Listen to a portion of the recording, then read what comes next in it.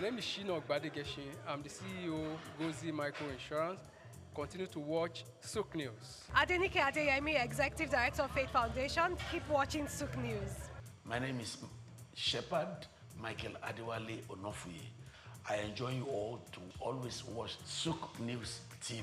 Hey everyone, Majuli Obaje here representing Gigi. Keep watching SOUQ News, okay? Stay updated with SOUQ News. My name is Aton Keme. I am the head of MSME Banking.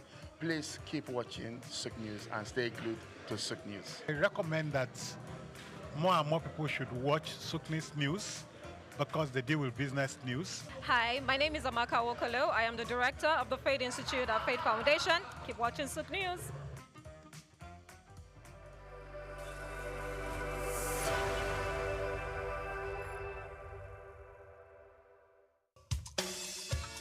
Fellow Nigerians, did you know that constituency and executive projects in your communities are not gifts from your legislators? They are projects sponsored by the legislators and funded by the federal government to improve your life and the lives of those around you. These projects belong to you. Without your vigilance, they might never be completed. Don't allow them to fade away into unfulfilled promises. Stand up, take ownership, monitor their progress, demand accountability, and report concerns to ICPC.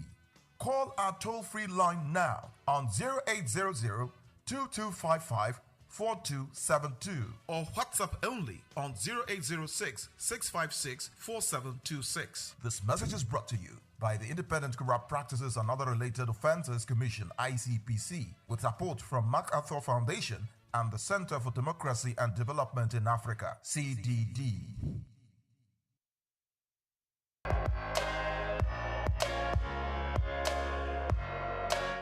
So growing up, I was thinking I would be in the, maybe being doctor or lawyer or all those mentality then.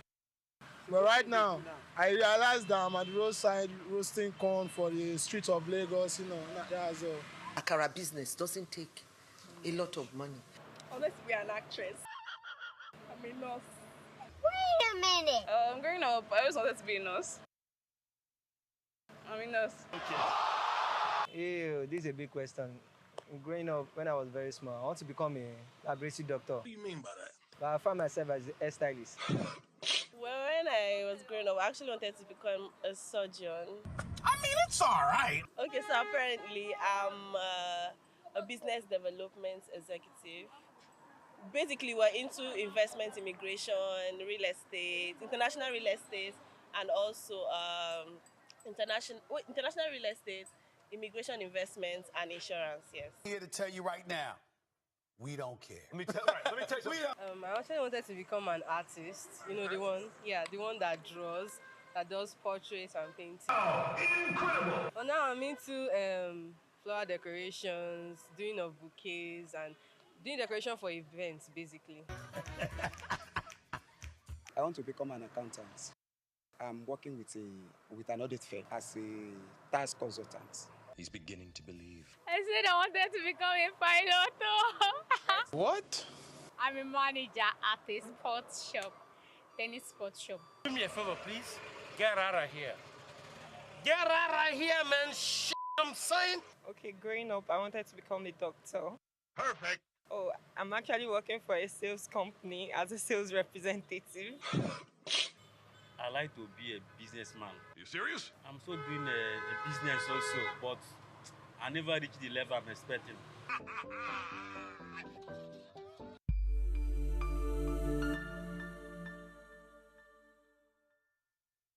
Protect your heart health daily because every heartbeat counts literally. Hello, my name is Emmanuel Lise and this is SOUQ Health Tips.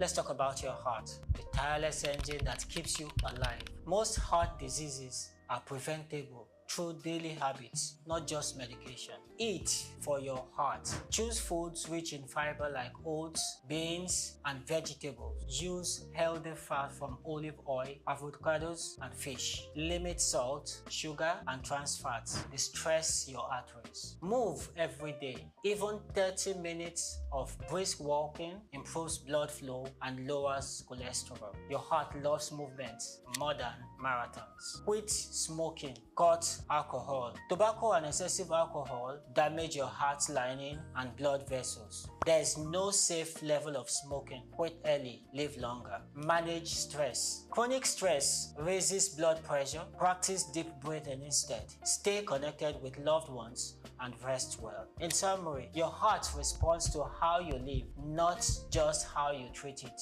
Feed it well, move often, and rest deeply and love fully. I'm Emmanuel Olise, and this is Protect Your Heart. Protect Your Heart is the rhythm of your life.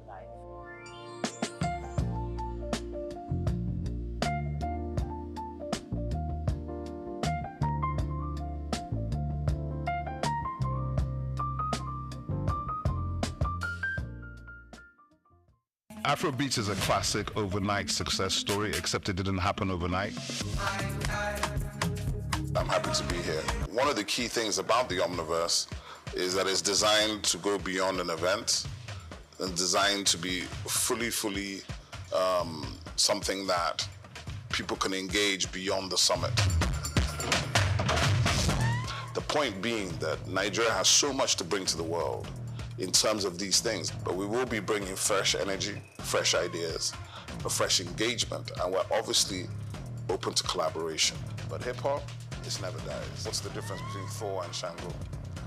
Thor is approaching $50 billion in revenue. Shango's broke somewhere outside Lagos. And that's a lack of imagination on our part, Africa, and they're all Nigerian. So to be seen and to be noticed is very hard if you're not in the place where all the noise is being made.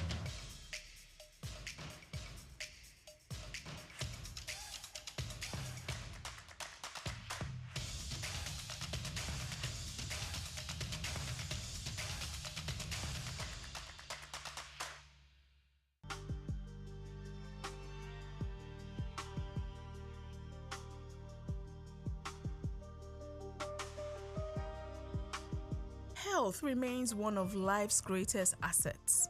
Without it, productivity slows, dreams fade, and families struggle under the weight of medical bills. In a city as dynamic as Lagos State, access to affordable healthcare has become more than a social need. It is an economic necessity.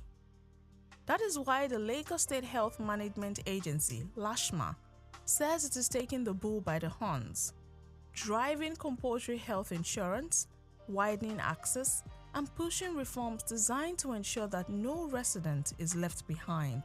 Present at the event were the Permanent Secretary, Lagos State Health Management Agency, LASHMA, Dr. Emanuela Zamba, the Permanent Secretary, Ministry of Information and Strategy, and Chief Host, Olanrewaju Bajulaye, the Vice Chancellor of Lagos State University, Professor Ibiyemi Olatunji Bello, ably represented, officials from the education and health sectors, media professionals, partner organizations, including the International Society of Media and Public Health, as well as students and parents, all gathered for the quarterly engagement aimed at reviewing progress and strengthening public awareness.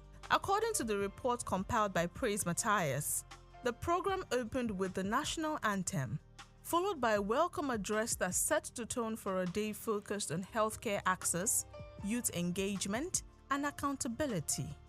Bajulaye commended students who participated in the Ilera Eko essay competition and praised parents for raising future leaders. Let me welcome you all to this very special program. Very special one in the sense that today for the first time we are actually taking care of our future. I sat down there and I saw the children and I said to myself, anything that you want done, you should let it be done by the children. And it is not strange when the Bible says, teach children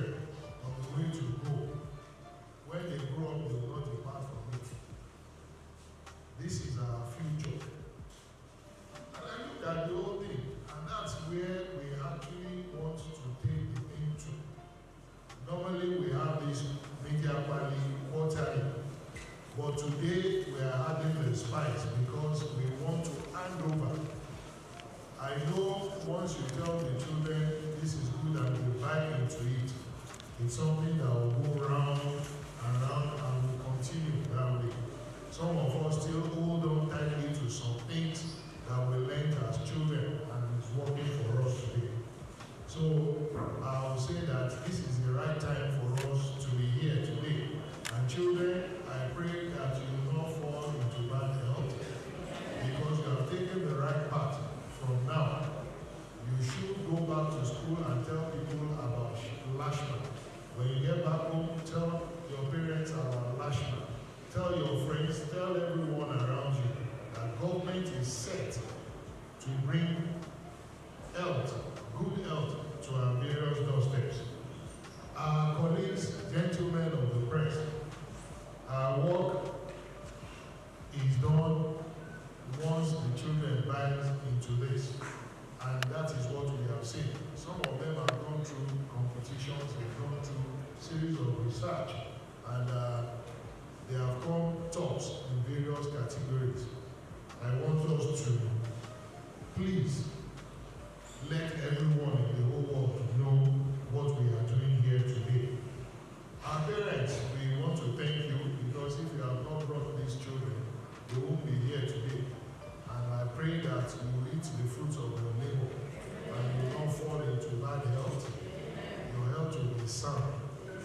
Goodwill messages followed, with speakers encouraging young people to remain creative, impactful, and committed to solving social challenges, regardless of their chosen careers.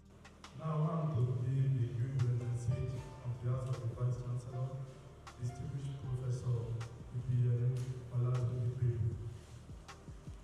First of all, I want to applaud Dashi for organizing such a competition.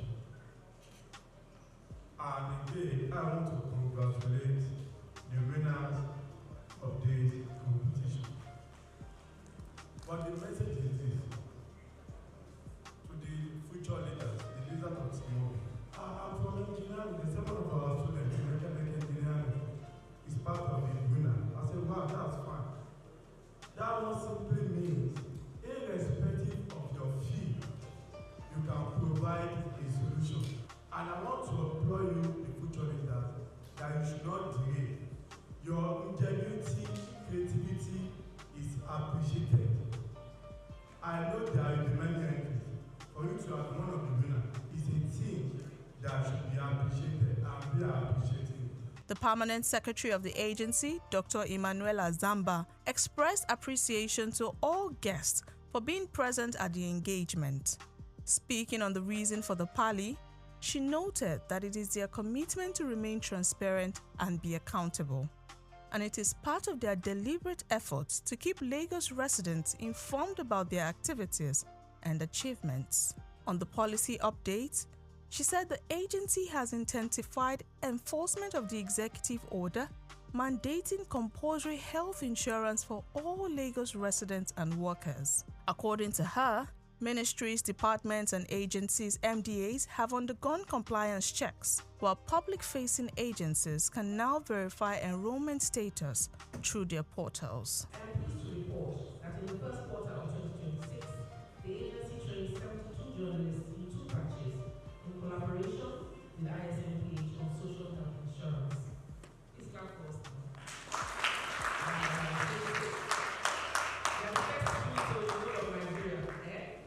This initiative underscores the critical role of health writers in amplifying the rightful message. We commend your professionalism and your continued partnership. You will recall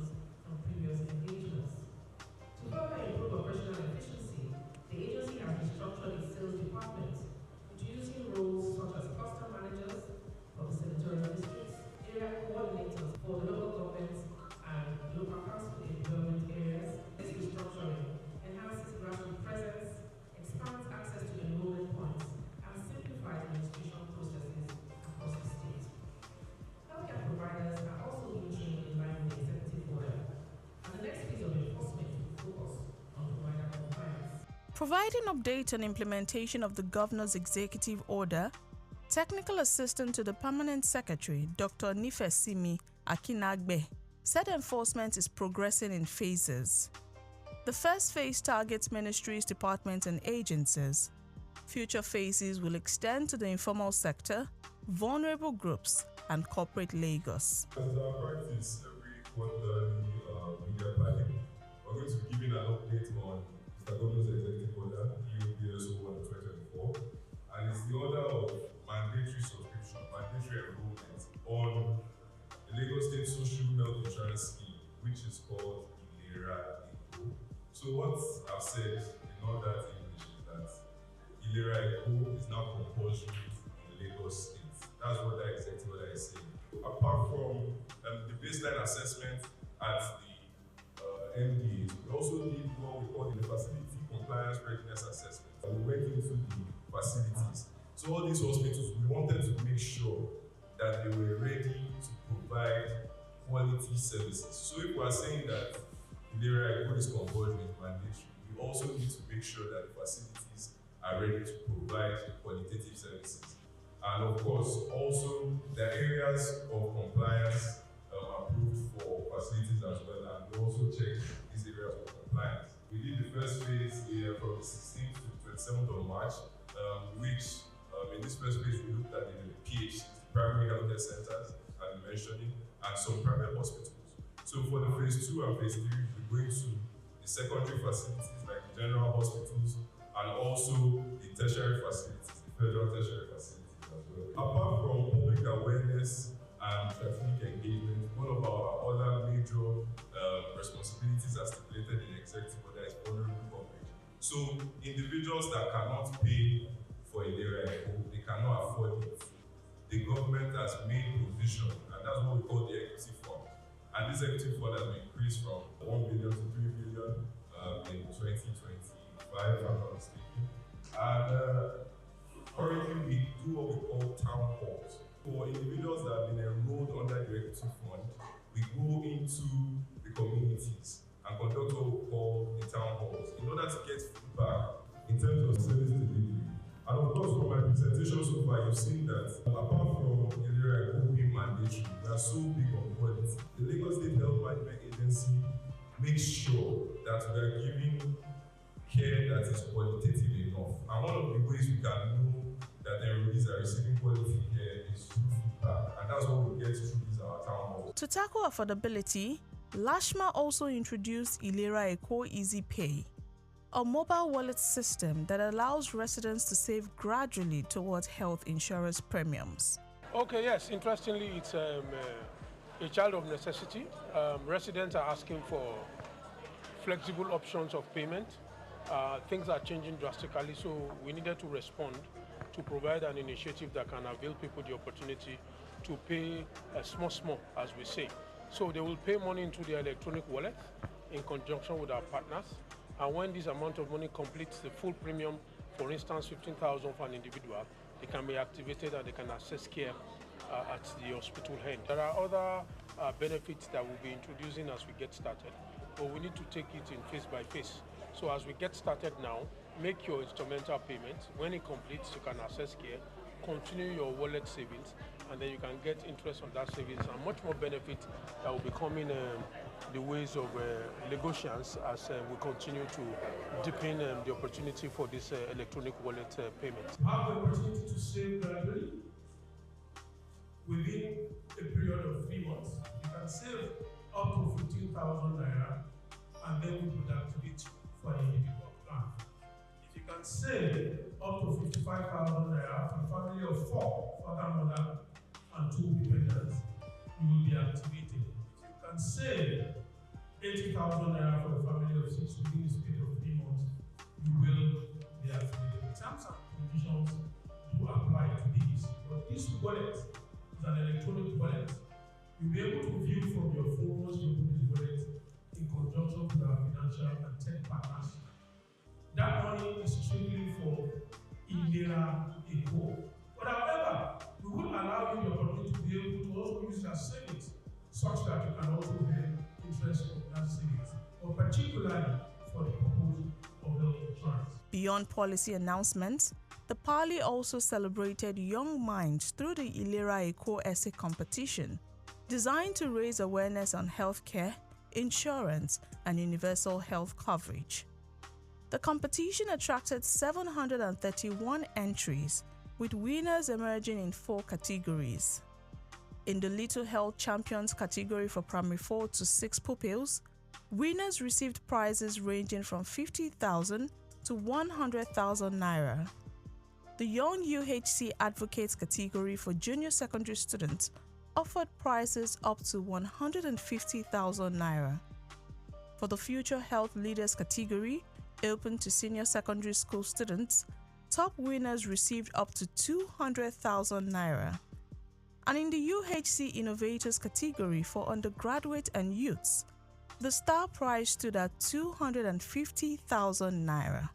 Winners were also decorated as Ilera Eko advocates, charged with promoting healthy living and health insurance awareness in their communities. Ilera Eko is a scheme. Their idea is to make healthcare quite affordable and of a good quality to the residents of Lagos State.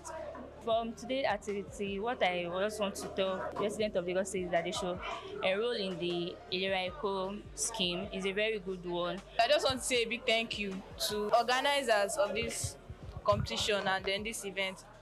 Thank you for honoring me with this award. I really, really appreciate it. I felt excited, I felt motivated, I felt thrilled because something to keep me motivated that success is not something that comes easily. It requires energy, requires consistency. I feel excited because I didn't expect this opportunity. I'm very happy so much. They are good to help family about debit.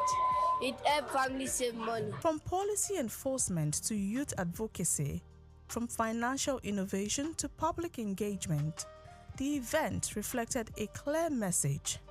Health insurance is no longer optional awareness. It is becoming a social responsibility. As Lagos continues its push towards universal health coverage, Lashma says transparency, collaboration, and innovation will remain central to building a healthier state.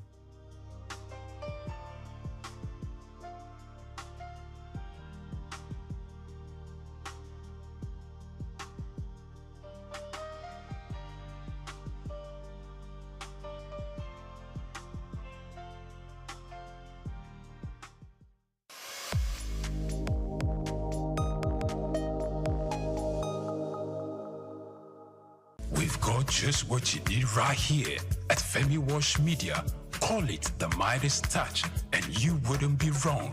Let us record, produce, mix and master your audio like nobody does. Reach us on our contact today for the best quality job.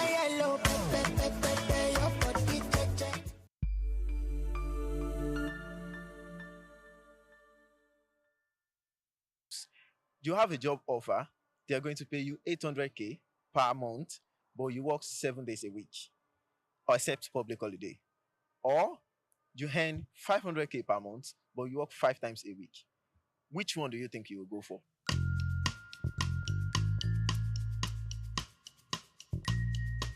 I think that 7 days a week will be better.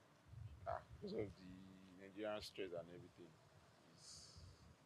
The stress in Nigeria now is crazy. Well, I'll definitely go for the one of 500k because my mental health is very, very important. I mean, what's the purpose of working when you don't have the time to spend the money you're working for or have some good time with your family? So my mental health is going to suffer. I'll go for the one of 500k because the pay is okay, same as one of 800k, and I have to work 5 days, so I get to rest, and I'll have more peace of mind. Like, that's just it. Okay, that's actually very tricky.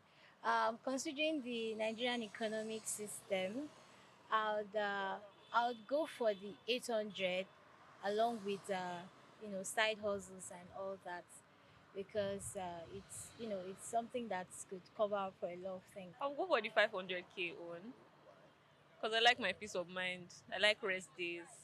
How many public holidays do we have in a year? It matters. It matters. At least I'm guaranteed my Saturdays and Sundays peace of mind. Not that you'll be calling me to work on Sunday because there's no, I don't want that. Probably go for the 500K a week. That's more sustainable. I can't work 7 days a week all my life. I'm human. I need to sleep. I think the 500K because at least I still need time to rest for myself. So yeah, I think I'll prefer the 500K. I'll go for the 500K for 5 days because I don't think I can do the 7 days per week, just working non-stop. It's very exhausting for me because I think as humans we need sometimes to relax, take a weekend off, play basketball, something, but I can't do the 7 days per week. I prefer the 5 days.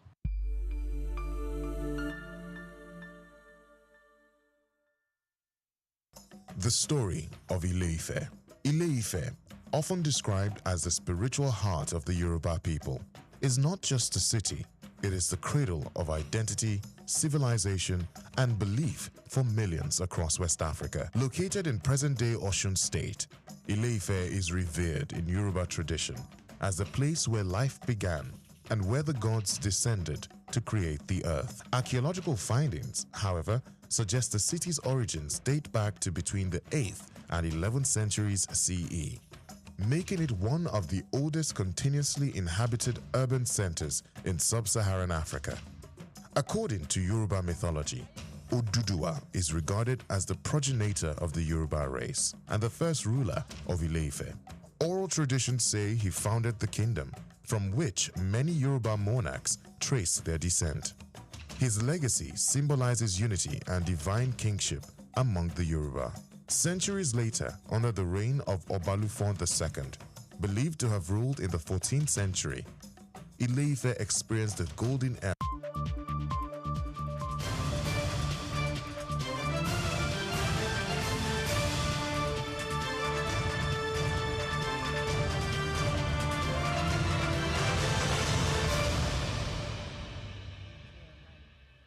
Every headline tells a story, but the real value lies beneath it. Hello and welcome to SOUQ Business Landscape, where we go beyond the headlines and tell you what happened. I am Olumide Shokoy. Of course, I am not the only one doing it today. I also have Dr. Idahosa Osamase. Drum rolls. Oh my God. Hello there, good morning. Good morning. Good morning, wherever you're watching us from this morning. We're setting the template for a good Nigeria, and that's why we're here. All right, thank you very much, Doctor. I'm on my way here. I noticed at CMS, I saw police cars parked at CMS, so I asked someone, and they said they are trying to catch some of these Okadas. But in my mind, most of these Okada riders are police officers. Well, it's not an official job. A policeman should not be an Okada rider for transportation, and that is even a conflict of interest for the job. So I think why we appreciate the challenges that people have to go through in terms of earning a living, but I think it's also very important that laws are obeyed. And if there's a law or an order from the Lagos State government that there are certain places where commercial motorcycles should not operate. It doesn't matter who you are, you just obey the law. Because the bigger problem in Africa really is lawlessness. And once you take lawlessness out of our way, a whole lot of things will work right. I think they also should look at Akpongwa Bridge because those bike riders are also there. So but you see, it's also a problem that we have to deal with. Lagos is a very small island, and if you put the landmass of Lagos vis-a-vis the population size of the humans that lives in here, a conjunction become a natural order. So when people have to move from one place to other and able to meet appointment, people are looking for easy means to do transportation. And I think that is the reason why Lagos must invest more in transportation infrastructure, so that if we have train services that are running every part of Lagos, this kind of business will likely reduce or be restricted to the rural parts of Lagos. So I think we need to do more in terms of investment in basic infrastructure so that people can have means of moving and they don't necessarily need to rely on this very terrible way of transportation. Yes, speaking of that, we have the blue rail, the red rail. I think the green rail is still in the pipelines. So, but the most important thing is to ensure that these trains run through, well, not necessarily the nooks and crannies of Lagos, but at least they get to certain destinations. But basically, I think if you go to places like Casablanca or you go to Rabat, you see train services, bus services all running through the entire neighborhood because of the way these things are designed.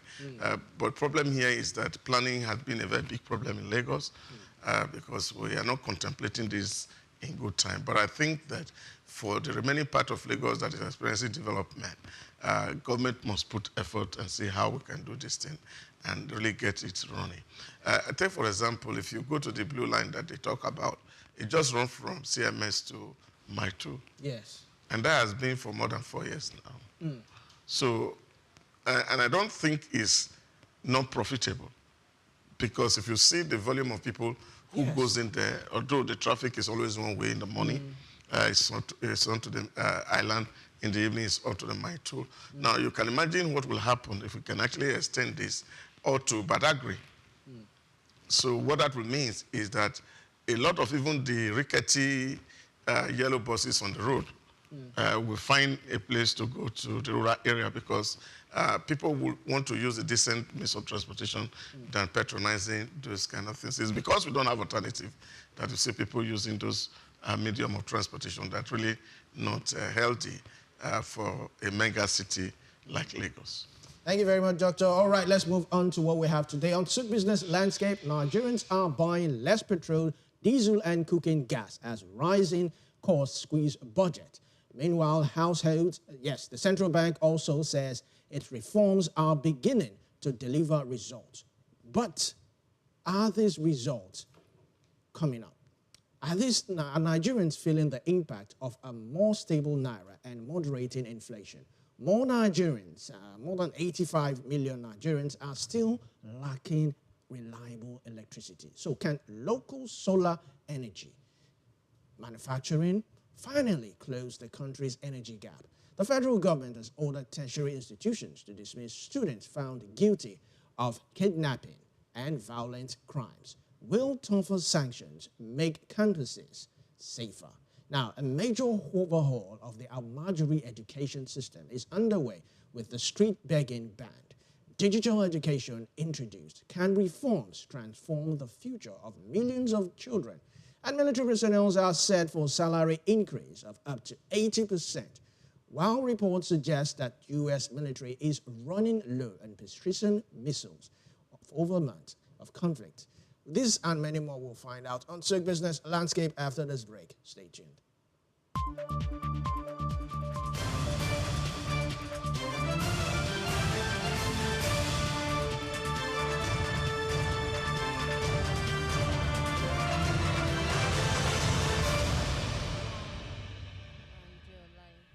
Welcome back to SOUQ Business Landscape. Yes, let's start off with the first story for today. We're talking about the rising cost of fuel, which is making consumers buy less petrol, food, and every other thing. It's a whole lot of things that is happening. I mean, incomes and business operations is affecting them. Now, the increase in fuel prices also raised transportation and made production costs, prompting many consumers and businesses to cut energy use in response to mounting economic challenge and the rising cost of living. Now, analysts say the trend reflects the impact of persistent inflation and higher fuel costs on consumer spending. They warn that prolonged energy price increases could further affect economic activity, household welfare, and businesses' productivity across the country. I know we discussed about this yesterday and all that, but you've always said on this table that the economy is stable, but maybe you are not really, it's not reflecting on household items and all that. But this report now is saying that people are buying less. I think it's just a natural trend when you have economic downturn. anywhere in the world, people will have to rationalize what they use and the things that they can afford. Just facing the brutal fact, of course, or the reality. That's the way I see it. I remember it was last year or the year before, I went to Paris and I saw that they were trying to reconstruct their roads so that people can drive motorcycle. No, what they call it, bicycle. Right. Bicycle to go to work and the rest of it. I also saw that in the UAE also, that they are also reconstructing and redesigning their road so people can also use bicycle to go to work. The reason for all of this is to, number one, apart from the fact that people are now thinking that, again, in terms of clean energy and how to, for sustainability that is at the heart of the use of petrol and diesel, is also to cut down on cost for what people are doing. So that's just natural. But like I have always argued, is the fact that we must learn to live less than we used to because of the challenge that is facing our world. And we can't take that away. I always tell people, when I was a little more younger, you know, I just married and my wife had 2 kids, and then my mother came and said, oh, this is unusual, what's happening? And I told her, there's nothing happening, I've stopped. And he said, why will you stop? And I said, because that's all I can afford. You know, and he said, no, that's not true. I said, it's true. So it was almost becoming an issue. So I told him that when I was in school, my professor argued that in 1974, when he had his 4th child, that came by accident because Nigeria economy couldn't support 4 children in 1974. 1974. So I told her that was the case, and she said to me, no. So I said, okay, I have to bring it very practical for her to say, look, I have 2 kids, and you know that your husband had 8 children, as it were, but he had about 8 acres of land where he was farming to cater for 8 children. And if by the law of inheritance in our place, all the male, because we have 4 boys, and if we were to share the land, I only have access to 2. So if my father feed 8 children by 8 acres of land, common wisdom suggests that if I have 2 land, I can't have more than 2 children. Yes. So that was where we left the argument. So what it means is that as resources are depleting, people must understand that, look, we cannot have all the argument in the whole world. We can have all the argument in the whole world. We can blame people for all we care. But the truth and the reality of the matter is the fact that the resources are going down by the day. Do you think this has to do with inflation or there is purchasing nothing power? like, there's no purchasing power, there's no inflation. This is just a natural effect.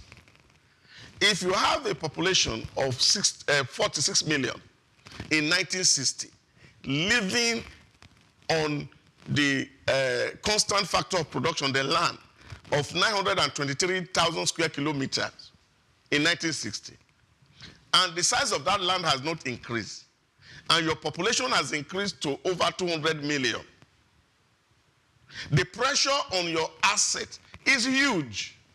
People must understand. It has nothing to do with governance. It has nothing to do with... See, these are natural causes. Because the more children you are going to have, the more problem you are going to get. And if the world is telling us that by 2050, Nigeria will be the 4th largest population in the world with over 400 million people, we must be thinking for our children that will be born in the year 2030.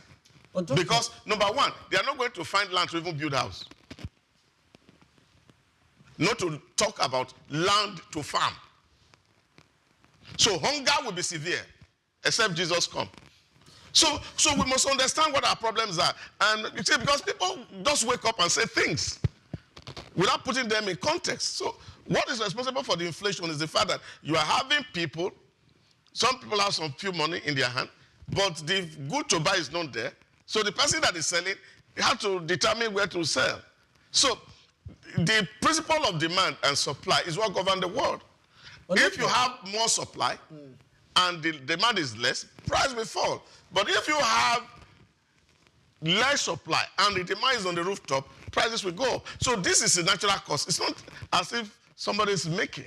So what that will mean is that if there are 10 tubers of yam and 20 people are competing for it, the seller can only determine who will sell to. So it becomes like a bazaar. So these are the things that many of us must have to come to terms with. And what does this mean is that how do we now restructure the way we live? So that biblical question, how then should we live, become very, very important for us. And I think it's something that we must have to embrace. Now, if somebody will come out, like I heard somebody said, oh, in 1960, when I left university, they even gave me a car. When we have just one university. And now we are having 220 universities in Nigeria, producing over 600,000 graduates every year. And you are expecting that you are going to get a car when you graduate. That person must be living in a dreamland. But doctor, if you compare China's population size and capacity, what would you say? Well, these are the issues and these are the conversations. You look at what China is doing. They have the landmass that could accommodate their population, but go and also see the way that China is designing their system. So China is not living for itself. China is living for the outside. And exactly the thing that actually also led to the struggle, or the scramble for empty lands in Africa and elsewhere in the world was the result of this growing population and unemployment in Europe. And Europeans were looking for where to ship their middle class to so that they can reduce pressure at home. So some came to Africa, some went to India, some went to Latin America, and then, of course, they have to find their new territory and govern in those spaces. That is what exactly China is doing at the moment. There's no country in the world you go to that you will not see Chinese. They are moving their population out of their place because they understand this natural law. So what are we going to do on our own part is to see how do we really equip people, empower them with knowledge to go to other climes and also dominate. So you're saying we should export more human power? Oh, yes. Of course, that is what we should be thinking about. But we're also talking about brain drain at the same time. There's nothing like brain drain. Nothing like brain drain. Just train your people well. You think they will come back? They don't need to come back. They will only send their money back to take care of their people who are at home, who are now vulnerable. There's not like brain drain. Train your people well. If you have a population, an active population of over 100 million people, or 150 million people, and you empower them with knowledge, the right technology, and some of them go out, some will remain here. So what that means is that you're only creating a space so that there'll be not too much pressure on your limited resources. That's all. Okay, right. Coming back to this now, could it be that we are looking at a situation whereby we need to increase our production to meet demand? Maybe there are fewer people producing these certain commodities that people want. Yeah, but look at it. They said necessity is the mother of all inventions. So when you have a challenge that's facing you, people will be thinking of a way out. Energy prices is increasing. And so people are devising options. How to escape the high cost of energy. That's what's happening. Can we escape a high cost of energy? You cannot escape it completely, but you can moderate it. So what happened is, in the year past, people just, the fan, you can blow it for all you care. The AC, you leave it on 24 hours. So what people are doing, even in advanced climate, is that if the room is hot a little bit, you turn it off. I do that at home. To save your energy. So that reduces the quantum you'll be spending, because you understand that this thing is limited in supply. So I think that's how all of us should live. And it should not be a cause of concern. It should be something that we have to really celebrate, that because people are becoming a lot prudent. And that prudence is required for us to live in these difficult times. My view. Thank you very much. I think Nigerians just need to adjust to certain realities. I mean, for me, all I do is as I'm at work now, my refrigerator is on. Once I get home, it goes off to the next day. And I try to, but the issue here is that Nigerians are buying less. And Nigerians just need to find a way to be, yes, we are prudent. Yes, we also like to enjoy ourselves. But, with every other thing, we should just try and balance things. Let's move on to the next story. The Central Bank of Nigeria, CBN, says recent stability in the foreign exchange market, rising external reserves, and moderating inflation indicate that it is ongoing monetary reforms are beginning to produce positive results for the economy. Now, CBN Governor Olayemi Cardoso, represented by the Acting Director of Corporate Communications and Investor Relations, Hakimi Sidi Ali, made the remarks on Tuesday at the CBN fair held at the International Conference Center in Gombe. Now, the Apex Bank says that the reforms are strengthening investor confidence, improving macroeconomic